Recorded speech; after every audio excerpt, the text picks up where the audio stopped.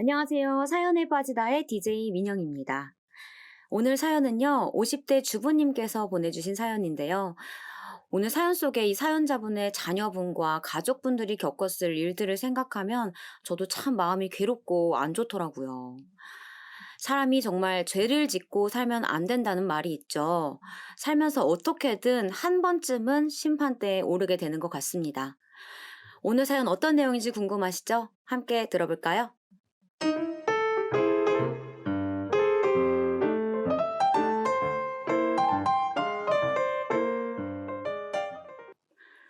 안녕하세요. 저는 서울에 살고 있는 50대 주부입니다. 기나긴 시간, 피 섞인 한숨을 그렇게 뱉어가며 살아왔네요. 그럴 수밖에 없었던 사정들도 있고, 솔직히 제 숨이 붙어 있는 자체가 너무 저주스럽게 느껴졌던 시간들이었거든요. 이건 저뿐만이 아니라 우리 가족 4명이 모두 골고루 겪어왔던 날들이기에 사실 다시 되새겨서 누군가에게 말을 하는 것도 참 괴로워요. 아무튼 잘 털어내고 싶어서 늦었지만 다시 시작하고픈 마음에 얼굴도 모르는 사람들에게 이렇게 제 사연을 털어놓게 되었습니다.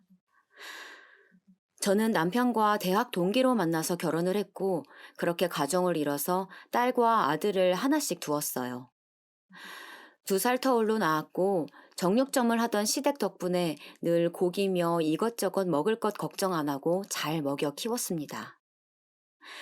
나름 저도 아이들 교육에 많은 생각을 갖고 있었고, 가정을 어떻게 이뤄가고 싶다는 꿈도 상당히 컸었어요. 적어도 그날, 그 사건이 있기 전까지는 말이에요. 큰딸을 낳고 어느새 시간이 흘러 초등학교 2학년이 되었을 즈음, 제법 공부도 잘하는 딸과 장난꾸러기 아들을 키우며 평범한 날을 보내고 있었어요. 그날도 전 집에서 7살 아들의 유치원 셔틀버스가 오는 것을 기다리고 있었고, 딸아이는 학교 끝나자마자 바로 제깍 친구들과 학원으로 갔을 시간이었어요. 얼마지 않아 전화가 마구 울려오는 거예요. 보통 그 시간대 전화 오는 건 애 아빠나 저희 친정엄마, 옆집 엄마들 말고는 올 일이 없거든요. 그런데 왠지 좀 다급해 보이는 목소리로 전화가 걸려왔고, 첫 마디부터가 뭔가 심상치 않음을 느꼈어요. 주영이 어머니, 여기 피아노 학원이에요. 저기, 지금 빨리 와보셔야 할 것 같아요. 주영이가 글쎄, 보통 아이들이 기관에 가 있을 때 그 기관에서 집으로 걸려오는 전화만큼 무서운 게 없어요. 거의 사고가 난 경우 아니면 웬만하면 같은 시간대에 집에 연락할 일이 없거든요. 이때 얼마나 저도 놀랐던지 무슨 일이냐고 재차 물었지만 시원스레 답을 안 하시더라고요. 일단 빨리 오세요. 저기 누가 위층에서 뭘 떨어뜨렸는데 거기에 맞아서. 선생님도 엄청 횡설수설하고 정신이 없어 보이시더라고요. 게다가 뭐에 맞았다니. 내용을 이렇게 듣고서는 저도 뭘 알아들을 수가 없었어요. 결국 옷을 챙겨서 나가는 길 옆집 애엄마한테 우리 집 아들을 부탁하고 얼른 나서게 되었는데요. 머릿속으로 오만 생각을 하며 마구 도로를 내지르며 가는 동안 저도 어찌나 겁이 나던지 심장이 아주 쿵쾅쿵쾅 뛰었어요. 제대로 설명을 듣지도 못한 상태로 막연하게 상상만 하면서 가는 것이 얼마나 사람을 피말리는지 이때 제대로 실감을 했답니다. 하지만 막상 제 눈앞에 펼쳐진 현실을 보고 나니 차라리 아무것도 모른 채 상상만 하는 것이 더 낫지 않았을까 싶더라고요. 우리 아이는 쓰러져 있고 그 주변을 사람들이 다 둘러싸고 웅성웅성거리고 있고 상가 사람들은 너나 할 것 없이 나오거나 창문과 문을 활짝 열고 다 내다보고 있었어요. 옆에 우리 아이 친구로 보이는 애들이 바들바들 떨고 있는데 진짜 머릿속이 완전히 하얘지더라고요. 학원 원장님이 기가 막힌 듯한 얼굴로 저와 순식간에 눈이 마주쳤고 그 즉시 저를 불러서 마구 손짓을 했어요. 가서 딸아이를 안아 올리려는 저에게 황급히 설명을 해주시는데 할딱이며 길에 늘어져 있는 우리 애며 원장님이 하시는 말씀이며 도통 제 머리 안에서 조합이 안 되는 거예요. 저기 어머니, 보니까 누가 위층에서 저기 2층 수학학원에서인가 소화기를 던졌다나 봐요. 그걸 주영이가 맞아서 일단 저희가 119를 불렀어요. 왜 이렇게 늦게 오지? 저기 오네요. 이때 저는 뭔 정신으로 애를 데리고 같이 119에 탔는지도 모르겠고, 하여간 가면서도 정말 뭐 하나도 정리가 안 되더라고요. 다행히 애가 의식을 잃고 그런 건 아니고, 당장 눈으로 보기에도 어디 피가 난다거나 하는 것도 아니었어요. 하지만 분명히 제가 알기로 우리 아이 위로 소화기가 떨어져서 맞았다는데, 어디를 맞았다는 건지 알 수가 없더라고요. 혹시 머리를 잘못 맞은 건가 했더니 그것도 아니었고요. 엄마, 엄마, 나 팔을 못 쓰겠어. 이러면서 애가 막 흐느끼는데 나중에 옮겨가서 상황을 자세히 보니까 순간적으로 정말 아주 그 찰나에 머리 쪽이나 얼굴은 비껴갔었나 봐요. 하지만 등 쪽을 거세게 맞으면서 애가 넘어짐과 동시에 자세가 틀어지면서 골절이 된 것 같더라고요. 겉으로 드러난 상처가 엄청나게 큰 것은 아니었으나 혹시 안쪽으로 뭔가 잘못된 것은 아닌지 그냥 머릿속이 아주 왱왱 울려대기만 했어요. 그런데 왜 안 좋은 일들은 다 예감이 맞아 떨어지는 건지 나중에 듣게 된 내용은 정말 우리를 깊은 나락으로 떨어지게 만들더라고요. 이후 달려온 남편은 기절초풍할 것 같은 목소리로 따져 물었어요. 성장판이요? 아니 이렇게 골절된 것도 제대로 돌아올까 말까인데 성장판까지 잘못되었다는 건가요? 들어보니 저희 애처럼 아직 한창 자라는 애들은 특히나 골절을 조심해야 된다고 하더라고요. 성장판 손상, 성장 장애 같은 일들을 쉬이 겪을 수 있어서 그렇다나요. 일단은 상황을 좀 더 지켜봐야 할 것 같아요. 이맘때 애들은 그런 부분으로 많이 다치고 다시 회복되기도 하니까요. 하지만 이 학생의 경우는 워낙 큰 충격으로 부딪힌 거라 골절 치료도 그렇고 신경을 많이 써야 될 거예요. 이렇게 딱 떨어지는 답은 안 주시고 그냥 치료하면서 보자고만 하시더군요. 애가 다쳐서 앓는 것만으로도 가슴이 미어지는데 앞으로 아이가 자라는 데에 있어서 성장 장애가 있을 수도 있단 말은 우리를 못 견디게 했어요. 결국 이때 남편이 앞장서더군요. 지금 이게 어떻게 된 거야? 거기 2층 수학학원이랬지? 내가 지금 가볼게. 당신 여기 있어. 이러나 저러나 상황을 보고 그쪽에 저도 다시 연락을 해볼 예정이었기에 남편을 보내긴 했는데 보내두고도 마음이 뒤숭숭하더라고요. 아니나 다를까 역시나 사고를 친 모양이었어요. 이때 남편은 곧장 학원으로 달려가 학원장에게 난리를 쳤고 소화기를 던진 범인이 누군지도 확실하게 알아냈어요. 그 대상은 자그마치 다름도 아닌 그쪽을 떠돌던 어디 떠돌이 정신병자도 아니고 멀쩡하게 그 학원을 다니고 있는 학생이었어요. 우리 애랑 같은 학교, 같은 학년인 아이 말이에요. 남편은 미친 듯이 분노를 표출했고 학원장에게 난리를 쳐서 곧장 그 부모와 아이를 소환시키기에 이르렀어요. 지금 당장 내 눈앞에 불러서 안 데려다 놓으면 나 여기 가만두지 않을 거예요. 왜냐하면 나한텐 당신도 공범이나 마찬가지야. 싹 다 잡아서 감옥에 넣어버리기 전에 당장 그 집안 사람들 불러. 안 불러? 지금 이 자리에서 내가 경찰 부를까? 이렇게 길길이 날뛰는 남편을 보고 원장은 느적느적 그제서야 다시 그 집 부모들을 호출했다는 거예요. 이윽고 뒤에 그 가족들이 왔다는데 제가 그 자리에서 직접 듣지는 못했지만 아주 내용이 가관도 아닌 대응을 했다더군요. 학원 원장실을 문 열고 들어온 그 아이의 부모는 한껏 기죽은 눈을 하고 들어왔다고 하더군요. 사실 당연히 그러고도 싼 거 아닌가요? 그런데 어째 가면 갈수록 뻔뻔하고 기막힌 말을 하는지 그 자리에 제가 있었으면 혈압 올라 쓰러졌을 것 같아요. 비굴한 눈을 하고 눈치를 보면서 조근조근 지네들 할 말은 다 했다고 하더군요. 특히 걔네 엄마라는 인간은 말이에요. 저, 저기 우리 태훈이를 부르셨다고요. 말은 듣고 왔는데 저희가 어떻게 했으면 하시는지 잘 모르겠어서. 이러니 우리 남편도 화가 뻗칠 수밖에 없는 거예요. 무슨 혈압 올리려고 작정한 사람들도 아니고 그 자리에 왔으면 엎드려서 몇 시간을 울고불고 빌어도 시원찮은 상황 아닌가요? 지금 말을 왜 그따위로 해요? 뭘 어떻게 해야 하는지 제가 하나부터 열까지 다 알려드려야 합니까? 이 늦은 밤까지 우리는 저 녀석 때문에 아무것도 못하고 손가락만 줄줄이 빨아먹고 있어요. 우리 딸은 저놈의 녀석 때문에 지금 어떤 꼴이 된 줄 알아요? 남편이 마구 삿대질을 했더니 또 짓따낸 자기 새끼랍시고 그 엄마가 자기의 그 시커먼 아들을 뒤로 감추더니 한마디도 지지 않고 말을 하더랍니다. 그, 일단은 잘못했어요. 얘도 잘못한 거 알아요. 우리 애도 안다고요. 사과 드릴게요. 사과 드리고 치료비 필요하면 드릴게요.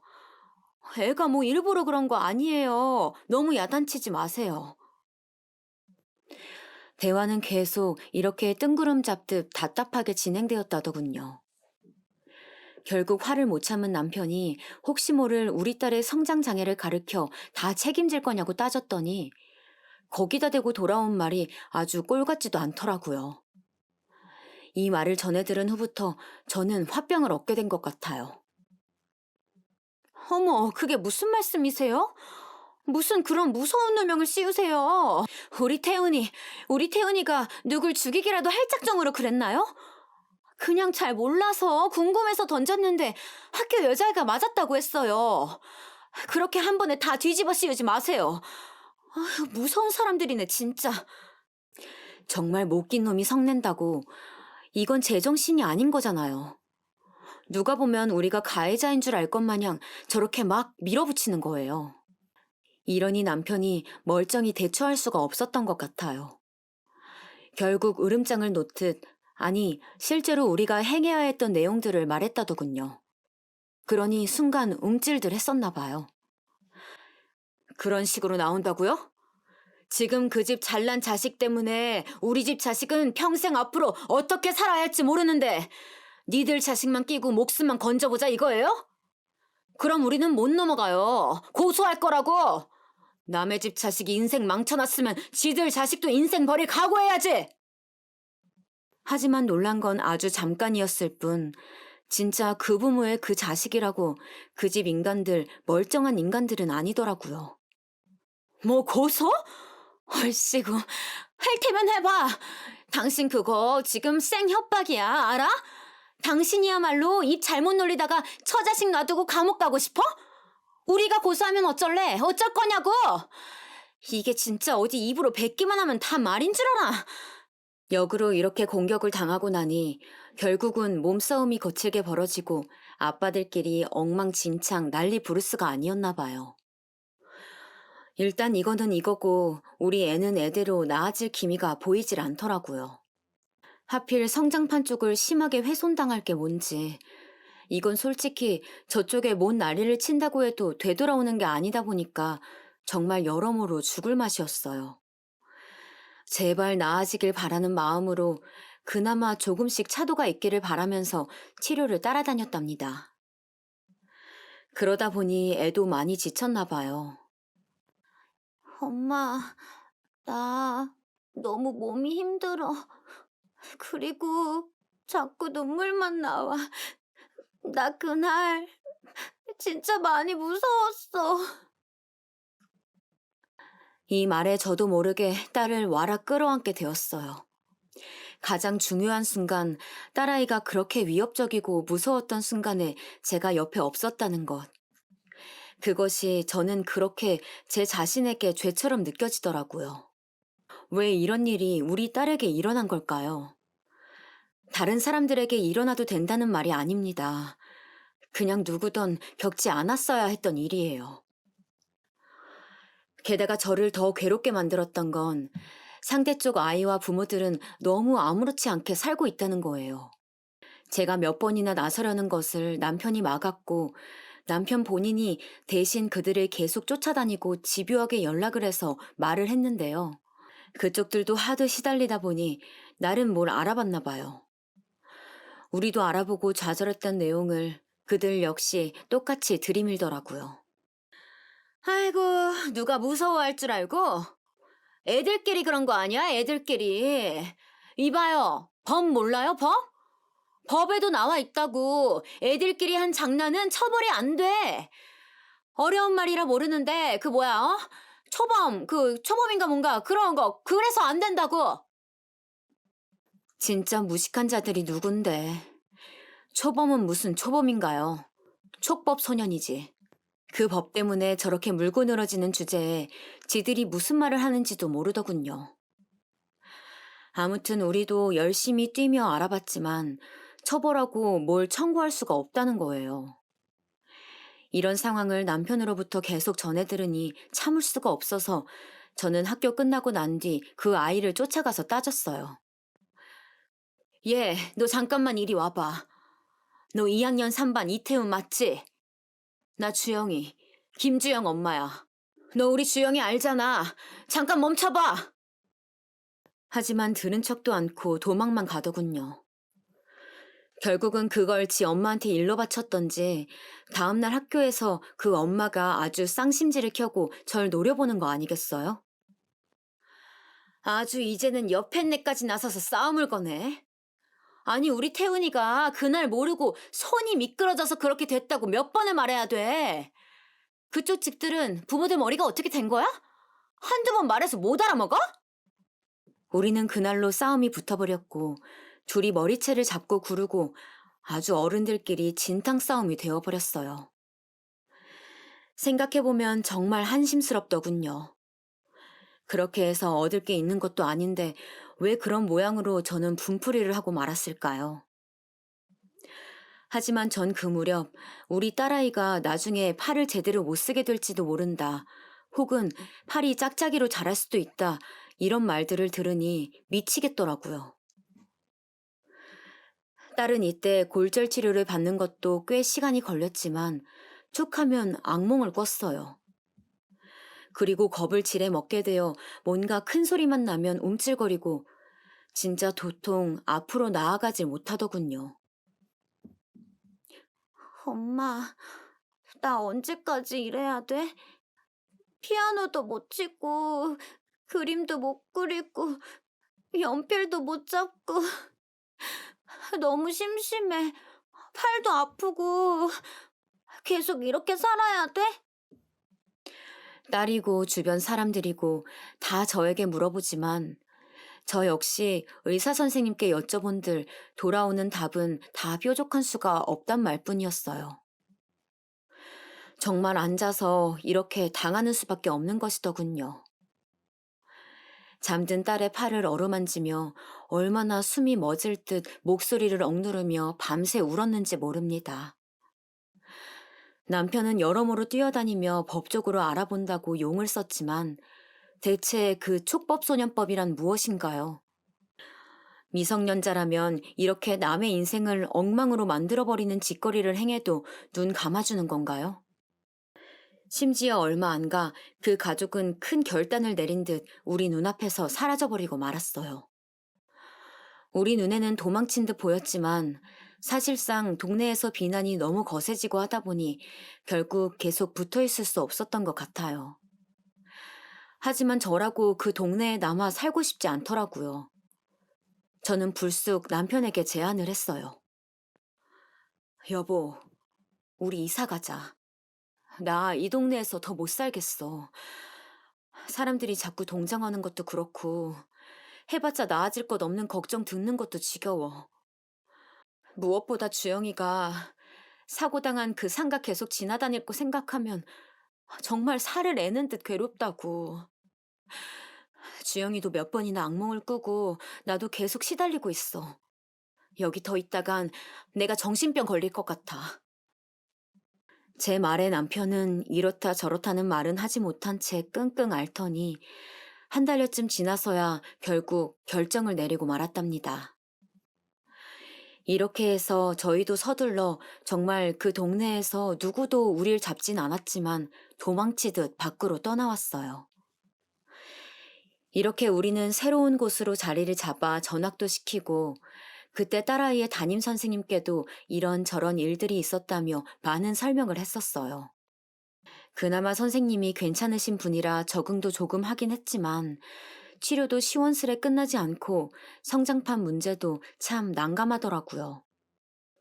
큰 병원에 데려가 봤자 어쨌든 성장 장애랑 관련된 건 떼놓을 수가 없었어요. 이런 사이에 우리 아들은 어느새 1학년이 되어 학교에 입학했고 저는 안전에 대해 무척 예민해진 상태로 애들을 데리고 다녔답니다. 이때 불행 중 다행이라면 팔 길이가 더 짧아진다든지 각각 다르게 자라는 기이한 현상은 없었어요. 단지 문제는 하나, 키가 아주 더디게 앞으로 다시는 안 자랄 것 마냥 답답하게 멈춰 있었다는 거예요. 엄마, 이대로 나 키 안 크면 어떡해? 벌써 민철이는 나보다 큰데 나 이대로 키 안 자라는 거야? 애가 이렇게 생각할 만도 한 게 원래 저도 그렇고 남편도 작은 키가 아니에요. 남편은 키가 178이고 저는 165이거든요. 우리 세대에서 둘 다 키 큰 걸로 알려져 있었고 당연히 애들도 클 거라고 생각했어요. 그런데 둘째 아들은 어느덧 쑥쑥 자라서 초등학교 4학년인데 150을 넘었고 누나인 우리 큰딸은 사고 후 6학년인데도 145밖에 되지 않았어요. 중학교에 가서도 호르몬 검사며 정말 별의별 것들을 다 하다 보니 저도 지쳐 중간중간에 화도 많이 내게 되더라고요. 엄마도 잘 모르겠어. 이만큼 많이 알아봤는데도 의사 선생님은 이렇게 하라고 하시니 어쩔 수 없잖아. 이제 좀 그만 물어봐.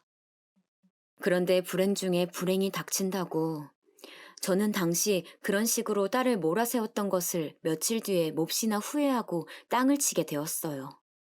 한창 예민할 시기였던 사춘기 무렵 모든 탓을 엄마에게라도 돌리고 싶었을 텐데 그마저 받아주지 않는 엄마를 보고 모든 원망을 본인 스스로에게 돌리게 된 거예요. 어느 날 담임 선생님이 절 부르시길래 갔다가 엄청난 소리를 듣게 되고 말았어요. 어머니, 알고 계실지 모르겠는데요. 주영이가 학교에 잘 오지 않아서 출석 일수가 부족해요. 게다가 보니까 몸에 여기저기 상처도 있고, 혹시 어머니 이것도 모르고 계셨을까요? 처음에는 학교 폭력이라도 당한 줄 알았지만, 알고 보니 더 끔찍한 내용이었어요. 주영아, 너 잠깐 이리 와봐. 어쩐지 집에서 이 더운데 긴팔을 입고 있더라니. 팔뚝 좀 봐봐. 다리는? 어머머, 세상에. 이게 다 뭐야?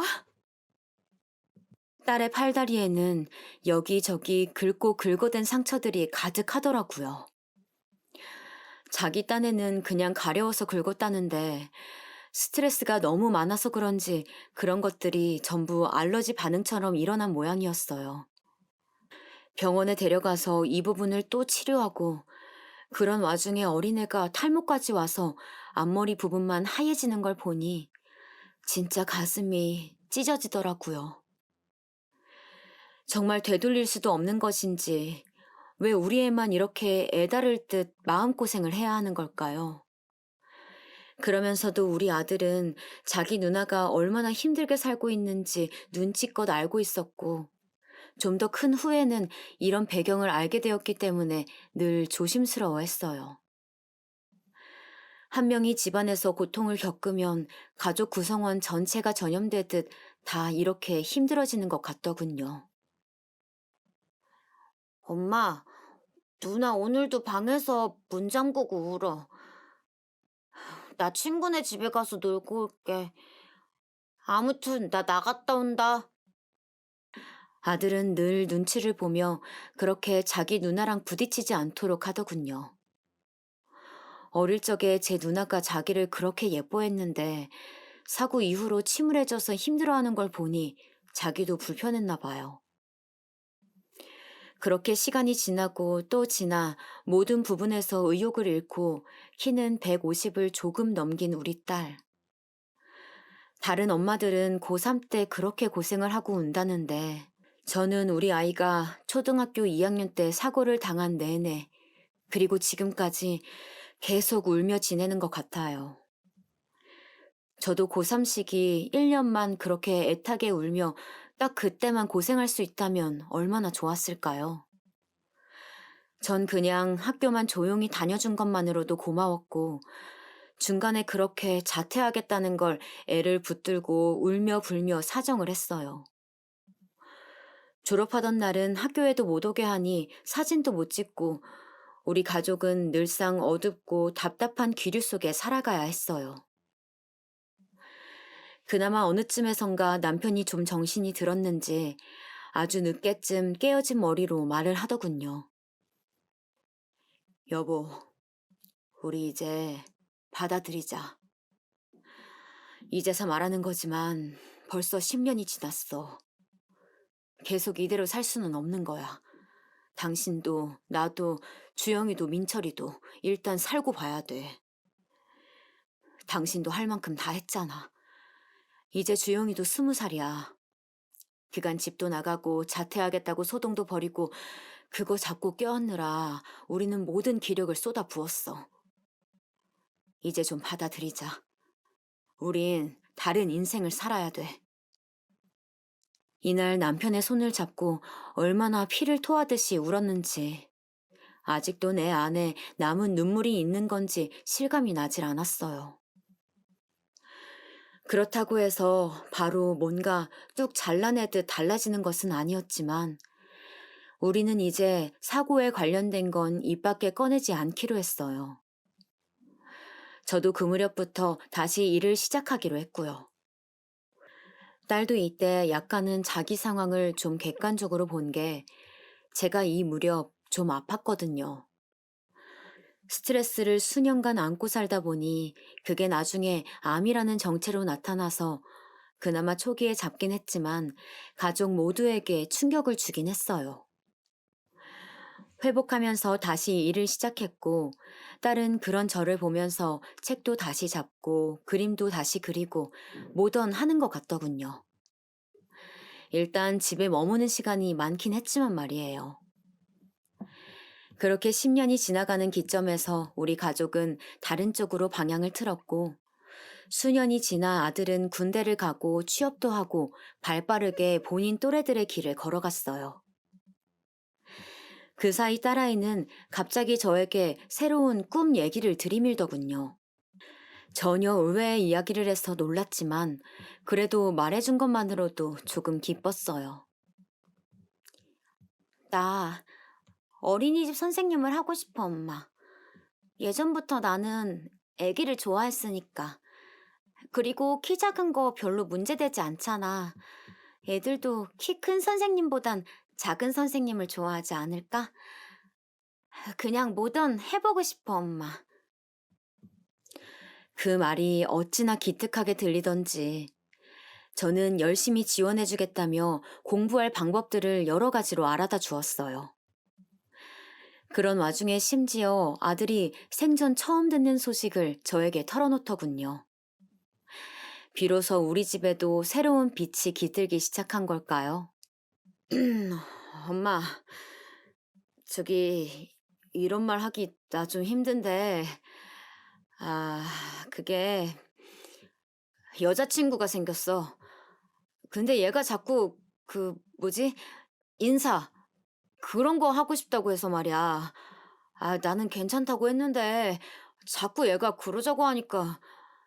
이러면서 횡설수설 얼굴이 빨개져서는 중얼거리는 거예요. 이때는 이미 아들도 훌쩍 20대 중반을 넘긴 어엿한 청년이었고 누굴 만나기에 충분했어요. 늘 쥐죽은 듯 집에서 눈치를 보던 아들 녀석이었고 미안한 마음이 많았는데 결국은 살 자리를 알아서 찾아간다는 게 참 고맙더라고요.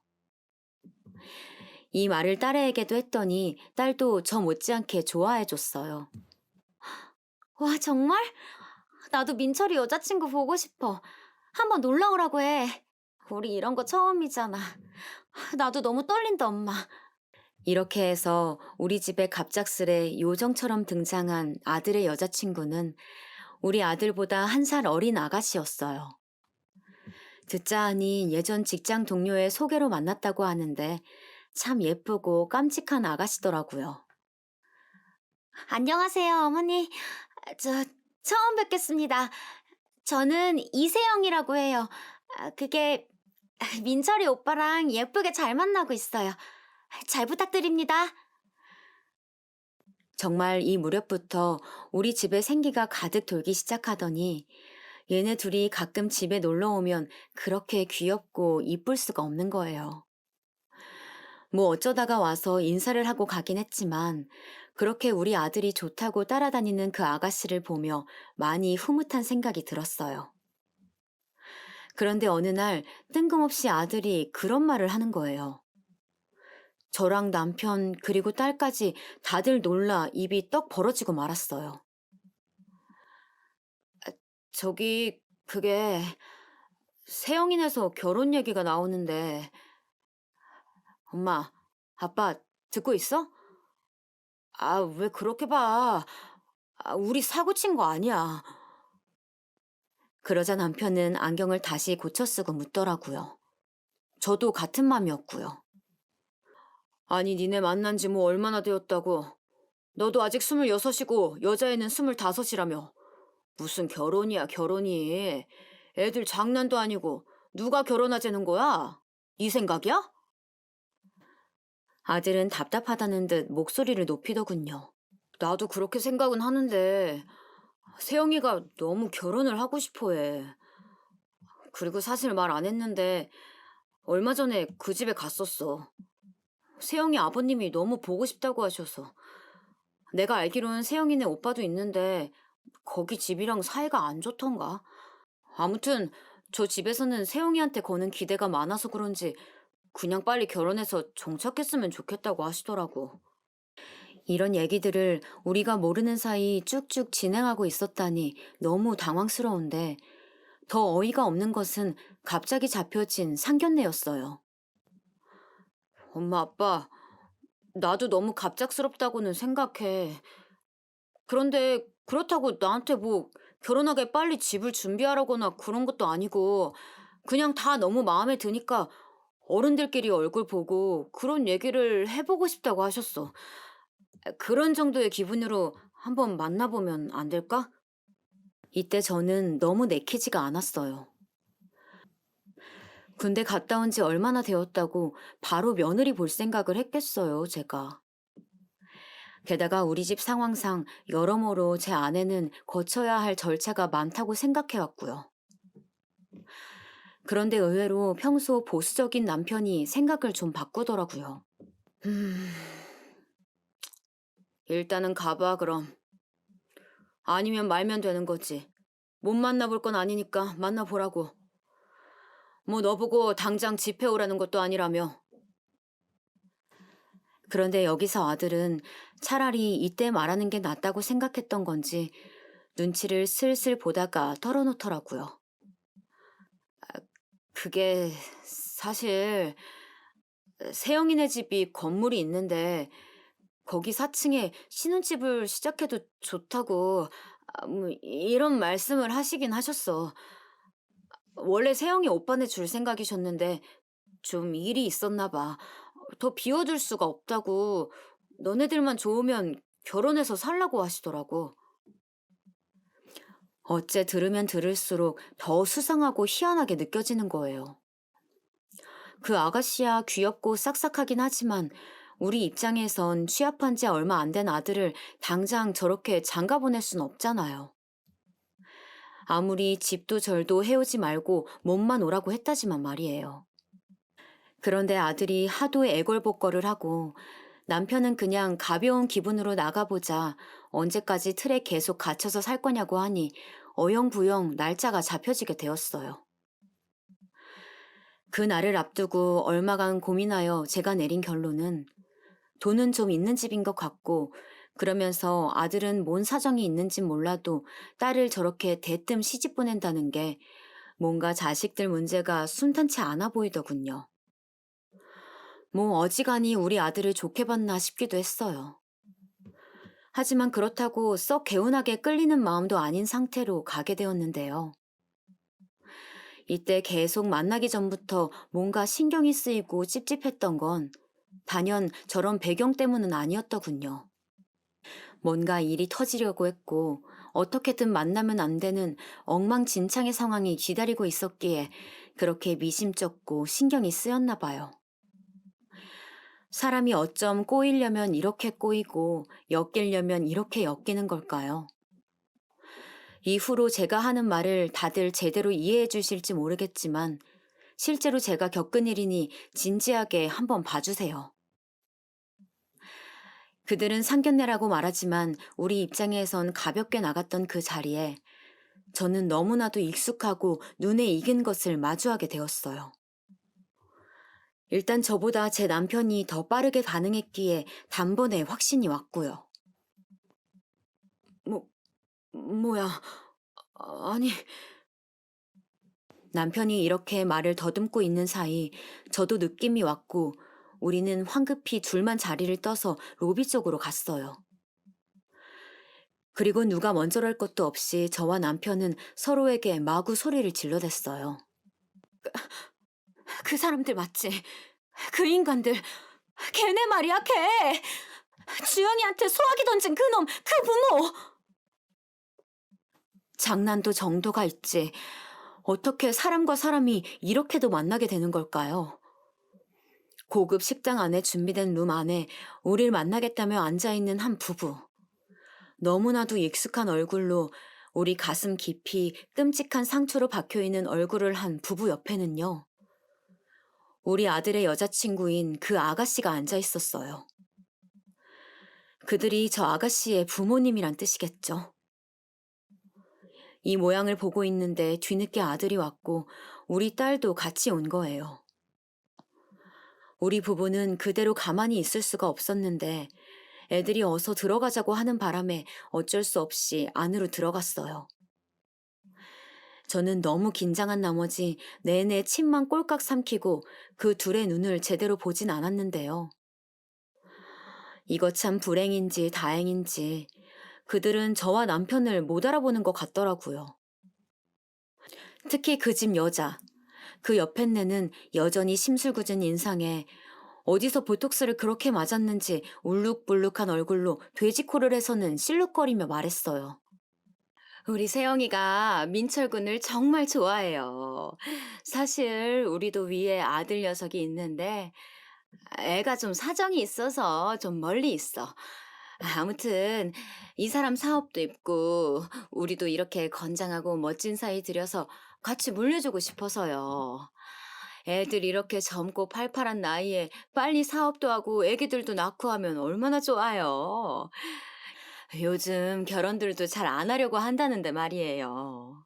하지만 저는 머릿속이 온통 난장판이라 제대로 귀에 들어오지도 않았고 중간중간 몇 번이나 살기가 오르는 눈으로 그 부부를 관찰하며 다시 또 딴 데를 보는 둥 아주 혼란스러웠어요. 대체 우리를 왜 못 알아보는 건지 그만큼 저들에겐 우리가 안중에 없나 온갖 생각이 다 들었거든요. 저기 민철군 부모님께서는 말이 참 없으시네요. 어째 며느리감이 마음에 안 드시나요? 아, 그런 건 아니고요. 이렇게 말을 떼고서도 솔직히 좀 놀랐어요. 아무리 봐도 옆으로 보고 뒤로 봐도 그 인간들인데 이들과 제가 말을 나누고 있다는 게 실감이 나지 않았거든요. 겨우 정신을 차리고 옆을 보니 아들과 그 아가씨는 평소처럼 서로 마주 앉아 좋다고 웃고 있고 저랑 남편만 까마득한 머릿속을 안고 안절부절했어요. 결국 모든 말에 시원찮게 말을 하다 보니 그쪽에서도 좀 언짢았는지 생각 좀 해보자면서 일어서더군요. 이후로 집에 돌아오는 차 안에서 숨을 토해내듯 결국 저는 입 밖에 내고 말았어요. 남편과 딸 아들이 그걸 주워 듣게 되면서 우리 집에는 파장이 일어나게 되었고요. 딸은 왕방울만한 눈을 굴리며 눈을 어디에 둘지 몰라 했고, 아들은 어디 별똥별이라도 떨어진 양 황당해하는 말투더군요. 엄마, 그게 무슨 말 같지도 않은 소리야. 다시 말해봐. 뭐라고? 저랑 남편은 번갈아 가면서 몇 번이나 맞다고 말을 했고, 그 뒤로 우리 가족은 그 누구도 말을 먼저 내지 못한 채 조용히 있었어요. 그렇게 집에 도착했고, 들어가서도 다들 말 한마디 뱉지 못했고요. 하지만 시간이 흘러갈수록 다들 착잡하고 모래를 씹은 듯 속이 답답했을 거예요. 저 역시 그랬으니까요. 참다 못한 제가 또 말문을 열었어요. 안 돼. 그러자 기다렸다는 듯이 아들이 말을 하더군요. 울 것 같은 얼굴로 말이에요. 엄마, 잠깐만. 하지만 남편도 똑같이 말을 했고, 딸아이는 방으로 들어가 버렸고요. 집안이 얼마나 고요했던지 딸아이가 방문 앞에 털썩 주저앉는 소리가 들릴 정도였어요. 전 더 말할 것도 없는 얘기라 생각했고 아주 센 어투로 말을 했어요. 안 돼, 안 된다고. 무슨 말인지 알지? 더 꺼낼 것도 없는 일이야, 이건. 설명이 더 필요한 얘기가 아니잖아. 민철이 너 혼자 지금 그렇게 꽃밭에서 웃고 있을 일이 아니야. 이제는 뭔가 딸이 겪었던 불행이 아들에게로 넘어온 듯한 느낌이 들었어요. 얼마간을 아들은 그렇게 우리와 말도 하지 않고 지냈고, 저나 남편, 딸 역시 그 누구도 같은 화제를 입에 올리지도 않았어요. 얼마 안 가서 아들은 힘겹게 말을 꺼내더군요. 엄마, 그, 그 뭐지? 그, 내가 저쪽에 말을 할게. 이 뒷얘기는 더 물어보지 않아도 뻔한 얘기였어요. 둘의 결혼은 성사될 수 없었고 그쪽에 전하겠다는 의미 아니겠나요? 물어볼 것도 없는 내용이지만 새삼 이렇게 우리 가족 사이로 파고든 이 상처가 어찌나 쓰리던지, 대체 왜 이 파동물은 쉽사리 빠져나가질 않는 건지 너무 우릴 아프게 하더군요. 그렇게 일단락이 되어도 우린 이런 오물폭탄보다 더한 만남의 상처를 깊이 받을 판에 더 말 같지도 않은 폭탄이 투하되고 말았습니다. 아들이 세상 꺼질 것 같은 얼굴로 벼랑간 황당한 말을 하는 거예요. 저 엄마, 이게 좋게 생각하자면 좋은 거지만, 아, 저기 세영이네서 날 좋게 봤나 봐. 대체 뭐가 마음에 안 드냐고 이유를 모르겠다고 하셔. 어제는 세영이 어머님이 전화로 부르시질 않나. 세영이가 못 일어난다나. 결혼을 못 할 것 같다고, 헤어져야 할 것 같다고 말을 했더니 애가 알아 누웠나 봐. 나도 어떻게 해야 할지 답이 안 나와. 이쯤 듣고 있자니 진짜 이놈의 인간들은 어지간해서는 이 고래임줄 같은 고집이 끊기질 않을 것 같더군요.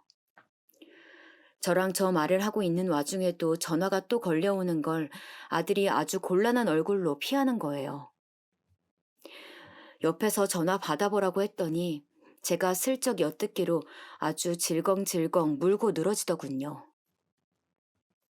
이건 뭐 결혼을 협박하는 것도 아니고 지 딸 귀하다고 남의 집 아들을 아주 쥐잡듯 잘근잘근 잡아댔어요. 아니 민철군, 대체 우리 세영이가 뭐가 문제야? 애가 밥을 안 먹어. 부모님들까지 대동해서 만나놓고 이렇게 갑자기 자르면 어떡해? 애 마음에 불질러 놓고 그러는 게 어딨어? 혹시 무슨 이유라도 있는 거야? 말을 좀 해봐. 애가 아주 죽겠다고 난리야. 그러면서 대화는 계속 빙빙 돌고 아들은 20분이 넘도록 전화를 못 끊는 거예요. 이때 저는 저 밑에서부터 분노가 다시 새롭게 끓어오르는 것이 그렇게 지 자식, 지 새끼 귀한 줄 아는 것들이 남의 집 자식 인생은 완전히 무너뜨렸잖아요. 외려 공갈 협박까지 해서 밟아놓고는 지네들 여론이 불리하니 이사가고 도망갈 때는 언제고 어쩜 저렇게 하나도 안 변하는 걸까요? 이쯤 돼서 저도 궁금한 게 그 집 그 아들내미는 어떻게 되었는지 뭔가 좀 쎄하더라고요. 상견례라는 자리에 나오지도 않았고 뭔가 아들 얘기는 좀 숨기고 도는 느낌이 들어서요. 이 부분을 아들이 결국 말해주는데 와, 정말 세상에 인과 응보라는 게 있는 걸까요? 나도 잘 모르겠는데 일찌감치 사고를 쳐서 결혼을 했다나 봐. 근데 부모님 사업 물려받는답시고 여기저기 사기를 치고 다녀서 고소당한 게 좀 많대. 내 생각에는 멀리 있다는 게 어디 감옥에 있는 게 아닐까 싶어. 이건 그냥 순전히 내 상상이고 앞에 얘기는 세영이한테 직접 들은 내용이야. 역시 델롬은 떡잎부터 알아본다고.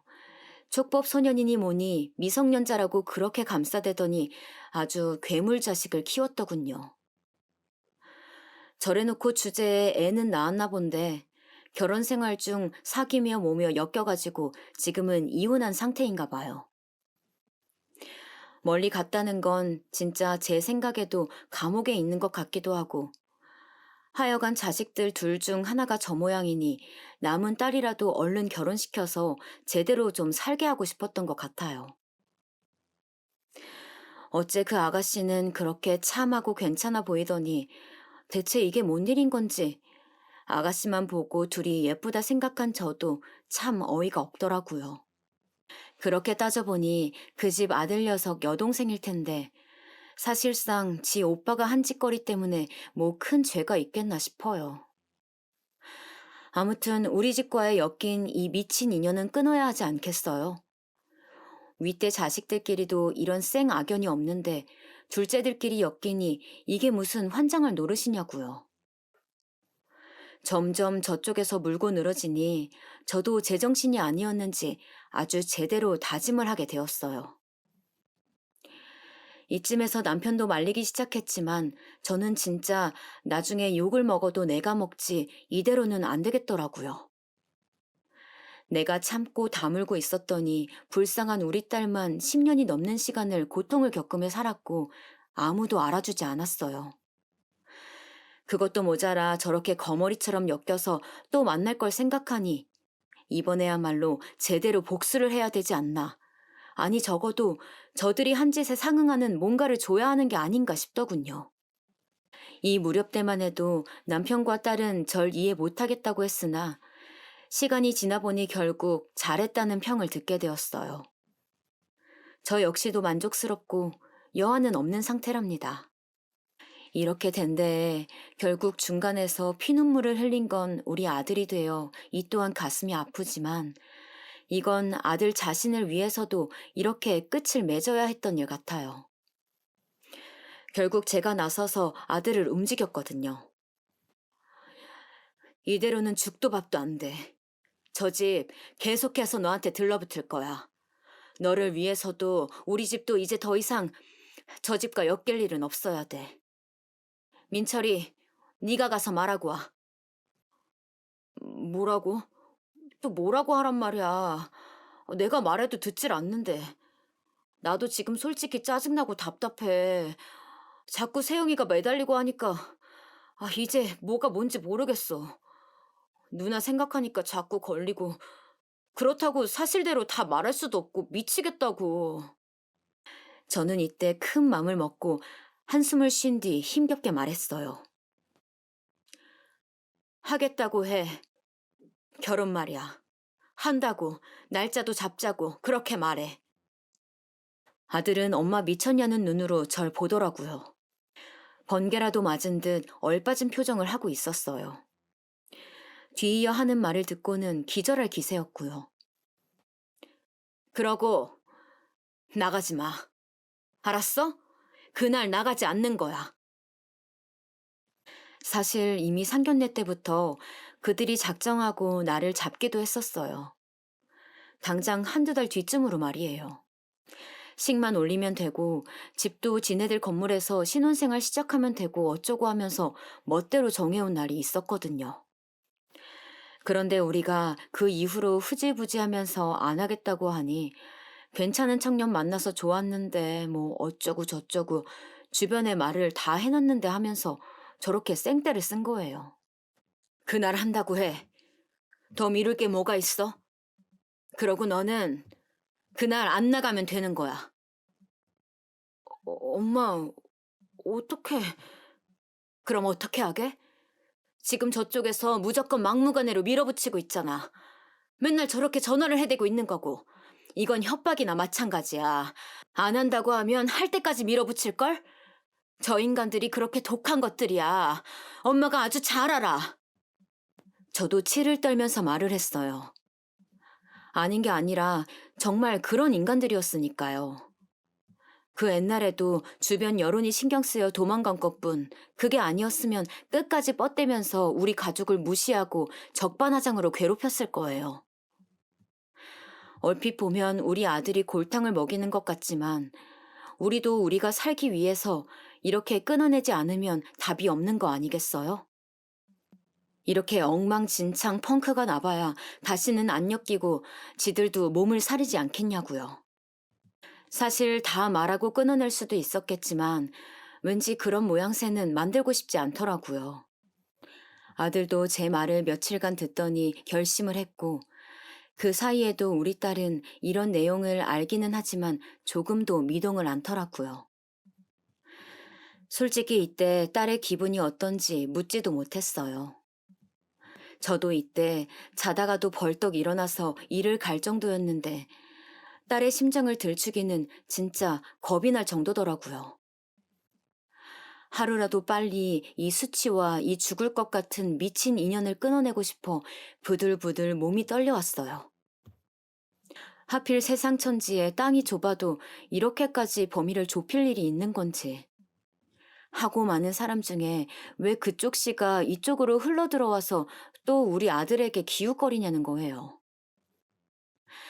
아무튼 우리는 제 결정하에 그렇게 상황이 흘러가도록 했고 얼굴들 한번 봤으니 뭐하러 또 보냐고 식장에서 보잔식으로 얼버무리고 멀리했어요. 그렇게 날짜가 다가오고 웨딩 사진은 아들의 컨디션을 핑계로 대강 미뤘고 직계 가족들끼리만 소소하게 스몰 웨딩인가 뭔가로 치르게 되었답니다. 얼핏 보면 누가 봐도 신랑 측인 우리 쪽의 의욕이 너무 없어 보이는 듯해서 불쾌할 만도 할 텐데요. 사실 이미 이별을 통보했던 상황에서 하도 진드기처럼 달라붙어 설득을 해대니 어쩔 수 없이 승낙하는 모양새가 되었잖아요. 그러니 저쪽도 너무 우리 쪽에 이래라 저래라 말하지는 않더군요. 자기 딸이 우리 아들한테 푹 빠져 있으니 눈치를 보는 듯 했고, 솔직히 저 인간들 성질머리 생각하면 결혼만 했다 하면 완전히 마음대로 부릴 모양새였어요. 그럴 각오로 이렇게 어영부영 세팅되어지는 결혼식 모양새를 참고 있는 걸 거고요. 그렇게 당일날 우리 아들은 그 결혼식에 가지 않았어요. 오전 11시 예식이었고 커다란 홀을 하나 빌려서 시행되는 것이었는데 그쪽 입장에서는 신랑이 당일날 모습을 감춘 거예요. 저도 그날 아예 전화를 꺼두었고 우리 가족들 모두 홀연히 집에 있지 않고 자리를 비웠어요. 그리고 그날 오후쯤 돼서야 아들 핸드폰을 켜게 했습니다. 켜자마자 엄청나게 핸드폰이 울려대고 그 와중에 또 전화가 들어오더군요. 당연히 이런 상황은 예상하고 있었고 묘하게 이제 전화로 다시금 마주할 생각을 하니 이상하게 그리 떨리지 않았어요. 나는 할 만한 이유가 있어서 이렇게 했고 저들은 저에게 이제 옛날 그때와 반대로 당해놓고도 따질 수 없는 상황이 놓이게 된 것이니까요. 엄청난 기세로 울려대는 전화를 아들이 아닌 제가 대신 받았어요. 여보세요? 어디야? 야, 이 미친 녀석아! 네가 인간이야? 네가 사람 자식이야? 너 진짜 한번 당해볼래? 역시나 막말을 쏟아내는 그 집 여자. 그 예편네의 목소리에 저도 곧장 대꾸를 했고 순간 정적이 흐르더군요. 어따 대고 남의 집 귀한 자식한테 막말을 질러대? 뭘 그 정도 갖고 사람 자식을 운운해. 야, 이 이태훈이 엄마야. 뭐? 이게 뭔 소리야? 뭐라는 거야, 이 여편녀야? 너 어디야? 당장 나와! 저는 쉬지 않고 그대로 받아치기 시작했고 이 여자도 점점 받아치는 속도가 더뎌지더군요. 자기도 은연중에 뭐가 뭔지 알아차렸으니 그런 걸 테고요. 야, 이태훈이 엄마. 지금 억울해 죽겠지? 근데 지금 뭐 어쩔 건데? 네 자식이랑 우리 집 자식이랑 결혼 약속 말고 뭘 어쨌는데? 혼인신고를 했어? 뭘 어쨌어? 집이라도 뭐 같이 샀어? 그깟 예식장 대관비? 그 정도 말고 뭐가 있는데? 니네가 우리 아들한테 뭘 어쩔 수 있어? 그냥 마음이 변한 거야. 하기 싫대 우리 아들이. 니냐 딸려나고 말이야. 적어도 이때에는 이 여자가 아주 앙악거리며 발악할 기력이 있었던 것 같아요. 뭐야? 이게 너 진짜 어디냐고! 내가 오늘 너 아주 가만 안 둬. 너랑 네 자식 가만히 안 둔다고! 어쩌긴 뭘 어쩔 건데? 저는 그냥 이대로 쭉 말을 했어요. 생각해보니 어디서 그런 말할 강단이 생겼는지 모르겠지만 제 안에 십수년이 지난 분노가 응축되어 있어서 그렇게 차근차근 쏟아져 나온 게 아닌가 싶어요. 이태훈이 엄마, 우리 누군지 몰라? 내가 입으로 열어볼까? 듣자 하니 이태훈이 깜빵에 있다며? 아들내미 깜빵에 간 거 애지간히 잘 숨기고 사나 봐? 있잖아. 네 딸년하고 결혼시키려고 하던 그 잘난 내 아들 말이야. 옛날에 네 아들놈이 소화기 떨궈서 여자애 하나 인생 망친 거 기억나? 걔가 얘 누나야. 알긴 알아? 아냐고, 이 바보 천치야. 이때부터 폭포수처럼 쏟아지던 상스러운 욕이 일순간 굳어지더군요. 전 틈도 주지 않고 제 안에 있던 그 한서린 말들을 우악스럽게 토해내듯 뱉어냈습니다. 네 자식만 귀한 줄 알고 남의 자식 인생 내던지더니 그렇게 자식 귀하게 키워서 깜빵 보냈어? 미성년자 때부터 죄 짓는 거 덮고 키워가지고 감옥까지 입성시키고 아주 보람 있으시겠다, 그치? 하나 남은 딸년 귀에 죽겠을 텐데 우리 아들한테 이런 개망신을 당해서 어째? 그런데 어떻게 할 거야? 너 이거 어떻게 처벌할 건데? 우리 사이에는 아무런 약속도 없고 몹도 없어. 그냥 네 딸이나 실컷 속 곰다가 쓰러지던지 알아서 해. 이렇게 있는 대로 속의 말을 뱉다가 저도 과호흡이 올 지경이더군요. 분노가 일순간 너무 한 번에 많은 양으로 밀어치다 보니 감당이 안 되어서 머리끝부터 발끝까지 온몸이 떨려왔어요. 제 몸이 떨리는 게 제 눈으로 보일 지경이었으니까요. 마지막으로 저는 완전히 돌아오지 못할 강으로 그들을 보내버렸습니다. 너네 사업한다며? 그 건물 아주 공들여서 지었다고 들었는데 동네 주변에 이 집 아들내미 감옥 갔다고 소문나면 어떻게 되는 건데? 나는 네 아들 걸고 내 아들 지킬 거야. 그리고 내 딸 그렇게 고통받게 했으면 네 딸도 아파봐야지. 야, 이 생각만 해도 치가 떨리는 이태은이 엄마야. 듣고 있어? 너 만약에 우리 아들 갖고 협박하면 나도 가만히 있지 않을 거야. 난 절대로 만만히 대응하지 않을 거야. 내가 뭘 알고 있는지 니네가 더 잘할 거 아냐? 기억 안 나면 기억나게 해줄 테니까 어디 한번 해봐. 이때 부르르 떨면서 전화를 끊어버렸는데 솔직히 다시 전화가 걸려올 거라고 생각했거든요. 온몸이 진동을 하고 땀이 콸콸 쏟아나는 그 와중에 정말 아찔하게도 전화가 다시 되돌아 걸려오지 않았어요. 정말 이상할 정도로 전화가 다시 오질 않는 거예요. 그렇게 난리를 치고 퍼부어댔고 혹시 몰라 저도 통화 녹음을 해두긴 했었거든요. 하지만 정말 묘하게도 지금 이 순간까지 꽤 시간이 흘렀는데도 저쪽에서는 조금의 연락도 오고 있지 않아요. 우리 집에서는 어느 정도 긴장감이 풀리고도 남을 시간이라 지금은 그럭저럭 일단락 되었다고 생각을 하고 있습니다. 솔직히 이런 형태로 만나게 될 줄 누가 알았겠어요. 다시 생각해도 새삼 끔찍하기도 하고, 이제 그 집과의 이 악몽 같은 인연은 딸뿐 아니라 아들에게도 무척 괴로운 기억으로 남아 있어요. 이렇게 끊어내지 않았다면 저 집에서 악착같이 아들을 붙잡았을 것이고, 그런 과정에서 저 집과의 악연을 말해봤자 우리는 뭘 얻는 게 있었을까요?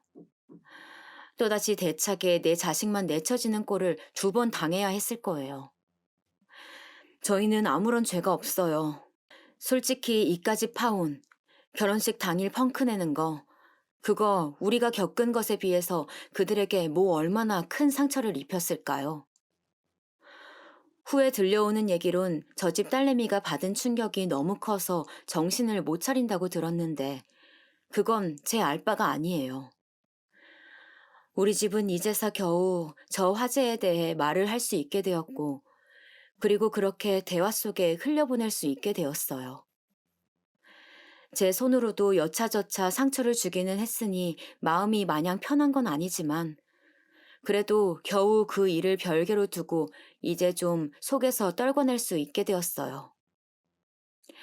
아무튼 이렇게 쏟아내고 저도 이제 좀 잊고 싶어요. 두 번 다시 저를 괴롭히는 인간들로 인해 병을 키우고 싶지 않습니다. 이런 얽히고 괴로운 얘기를 이만큼이나 들어주셨으니 그 부분에 대해 감사하다고 말씀드리고 싶어요. 모두 건강하세요.